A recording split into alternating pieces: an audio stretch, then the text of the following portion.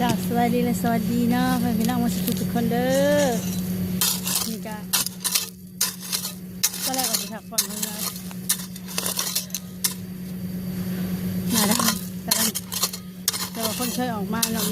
มันอดบ่ได้ก็เลยได้ออกมามันใหญ่อยู่ชื่อมันก็บ่ได้อยู่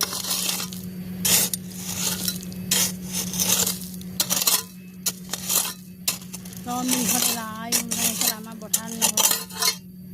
ก็เลยคิดว่าตัวเองสิพักผ่อนคิดว่าสุขภาพร่างกายบ่ไหวหาก็บ่ได้ออกมาหรอกแต่ว่าเขาเทร้ายหลุดเติมมือจะได้ยังไงนี่เขาก็เป็นเงินเลยอันนี้ก็ได้อีกพอได้อีกแต่ว่ามาเล่มอันกำลังเขาเล็ก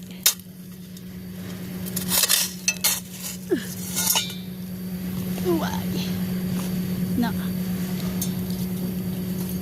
มันมืดลูกเขายังไม่ได้กินเขายังไม่ได้กินข้าวเที่ยงตาลายหมดเลย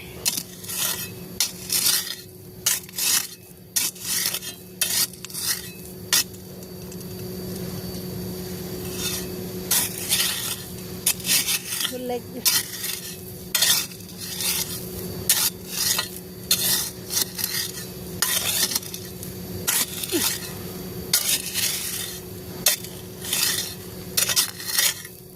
อันนี้ก็แบบว่าบ่เป็นว่าอะไรได้เพิ่มหน่อยถ้าว่าเขาถอดเขาได้เงินหลายได้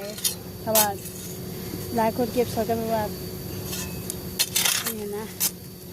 ถ้าว่าผู้ใดมีเงินมีแห้งบ่หรือว่ามีหมู่คู่แบบว่าญาติพี่น้องอย่างเก็บเขากันนั้นได้หลายเพิ่มจังผู้จ้างสมัครก็พอได้อยู่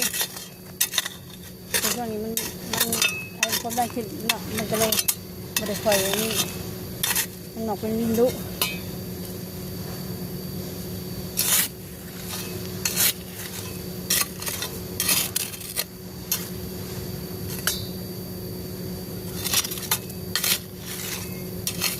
เมื่อที่เขาเนี่ยจะมาเก็บใหม่ไม่ได้มันก็ได้อยู่แล้วเพราะว่าบอกให้เก็บมัน